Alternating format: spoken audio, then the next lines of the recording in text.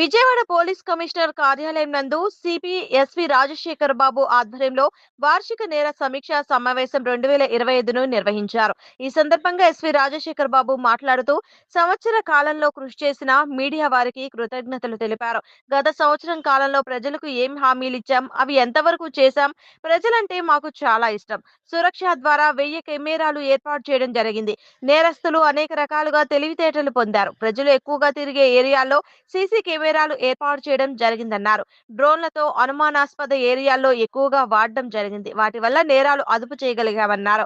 2026 సంవత్సరానికి నేరాలు అదుపు చేయాలనుకుంటున్నాం. 2024 గంజాయి ధర 2000 రూపాయలుంటే ప్రస్తుతం 10,000గా ఉంది.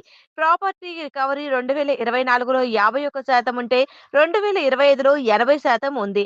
రోడ్ యాక్సిడెంట్లు 2024లో 937, 2025లో 738గా ఉన్నాయి. 2026లో మొత్తం యాక్సిడెంట్లు 366, pedestrians 107, two wheeler 209, three wheeler 19, four wheeler 13, ఇతర వెహికల్స్ 15. సైబర్ క్రైమ్ 2024లో 4097, 8.26 కోట్లు, 2025లో 4008, సుమారు 9 కోట్లు. నార్కోటిక్స్ 2024లో 111 కేసులు, 2025లో 138. దసరా ఉత్సవాలకు సుమారు 18 లక్షల మందికి పైగా భక్తులు రావడం జరిగింది.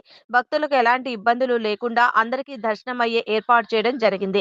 6 లక్షల మంది భవానీ దీక్ష విరమణ చేశారు. Incident crime missing cases compromise ఏమీ లేవు.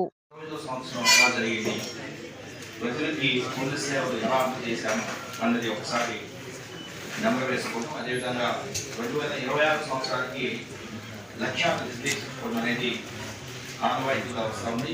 సో ఆ క్రమంలో లాస్ట్ 1 yearలో ఏం జరిగింది, మనం ఏమనుకున్నాము, ఏం జరిగింది, ప్రజలకు ఎటువంటి సేవలు అందించాము, మనం బాగా చేసామా లేదా, ఇంకేదైనా మెరుగైన సేవలు అందించాలా, మన షార్ట్ ఫాల్స్ ఎలా ఉన్నాయి, ఇవన్నీ కూడా ఒకసారి మనం చేసుకుంటూ ఈరోజు ఈ యాన్యువల్ ప్రెస్ మీట్ని నేను ప్రారంభిస్తున్నాను.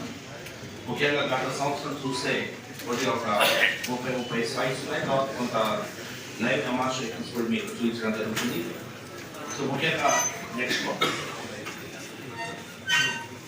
లాస్ట్ ఇయర్తో పోలిస్తే 2024లో 11,977 క్రైమ్స్ జరిగితే ఈ సంవత్సరం 9,503 క్రైమ్స్, అంటే దాదాపు 21.66% క్రైమ్ డిక్లైన్ అయింది. దానికి చాలా సంతోషిస్తున్నాము. సో దీని రకాల అవినీత శ్రమ ఉంది. పోలీస్ శాఖలో పనిచేసే ప్రతి ఒక్కరు, ఎన్టీఆర్ పోలీస్ కమిషనర్లో పనిచేసే ప్రతి ఒక్కరు కూడా మనసు పెట్టి, నేను ముందు ఎప్పుడు చెప్తుంటాను, ప్రజలంటే మాకు ఇష్టం, ప్రజల సేవలోనే పోలీస్ శాఖ పనిచేస్తుంది. సో వారి అభివృద్ధికి, శాంతి భద్రతల పర్యవేక్షణకు మేము ఎప్పుడు ముందుంటాం.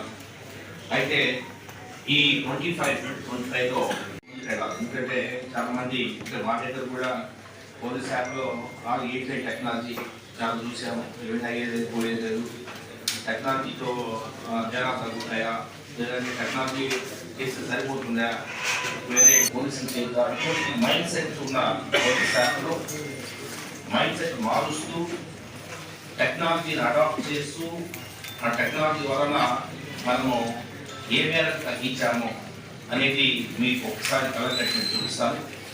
సో ఇందులో లాస్ట్ 2025లో CCTVస్లో ఒక యజ్ఞమే చేశాము. మీకు తర్వాత నేను చూపిస్తాను. డిజిటల్ హెల్త్ మేనేజ్మెంట్ సిస్టమ్ అనే ఒక అప్లికేషన్, డ్రోన్స్ 42 డ్రోన్స్ మనము అక్వైర్ చేసుకోవడం జరిగింది. అదేవిధంగా